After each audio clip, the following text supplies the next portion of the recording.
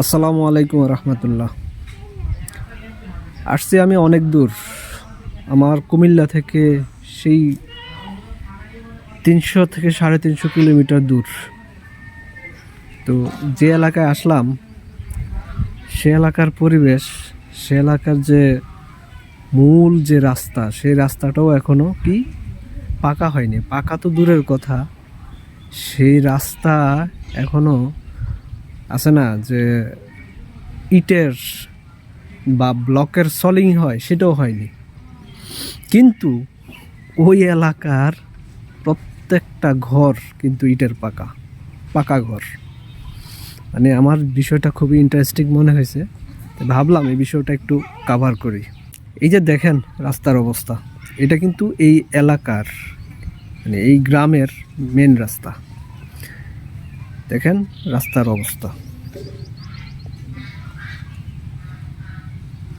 ঠিক আছে। আর দেখেন প্রত্যেকটা ঘর কত সুন্দর। দেখেন এখানে কোনো টিনের বা মাটির কোনো ঘর নেই, সবগুলো বাড়ি দালান। আবার দেখতেছি এখানে মানুষজন খুব গরু ছাগল পালন করে, যে প্রত্যেকটা ঘরে ঘরে ছাগল আছে। আমার এই এলাকাটা আমার কাছে খুবই ভালো লাগছে, খুবই পছন্দ হয়েছে। মানে গ্রাম্য যে পরিবেশ, সেই পরিবেশটা এখানে, সেই ফিলটা এখানে আছে। এটা তো গ্রাম, কিন্তু গ্রামের যে বাড়িগুলো দেখলে মনে হয় না এটা যে গ্রাম। প্রত্যেকটা বাড়ি হলো আপনার বিল্ডিং, দেয়াল, ইটের গাঁথনি।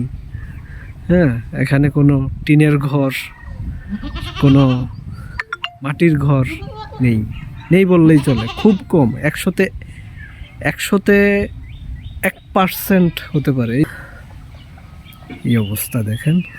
কিন্তু রাস্তার অবস্থা, এখানে কোনো উন্নয়নের ছোঁয়া নাই। কিন্তু এলাকার মানুষ, ম্যাক্সিমাম মানুষও হলো বিদেশে থাকে, যার কারণে তাদের বাড়ি ঘরগুলো একটু পাকা, দেয়াল। যে প্রত্যেকটা ঘরেই কিন্তু ছাগল আছে, গরু আছে, হাঁস মুরগি তো পালন করেই। এই এখানে একটা দোকান। না, আমার কাছে খুবই ভালো লাগছে, খুবই। এই যে একটা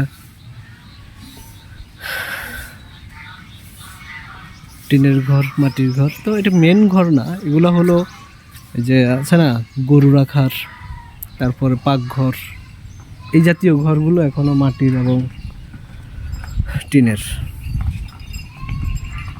বিশাল দেহি দুইটা মহিষ নিয়ে যাচ্ছে।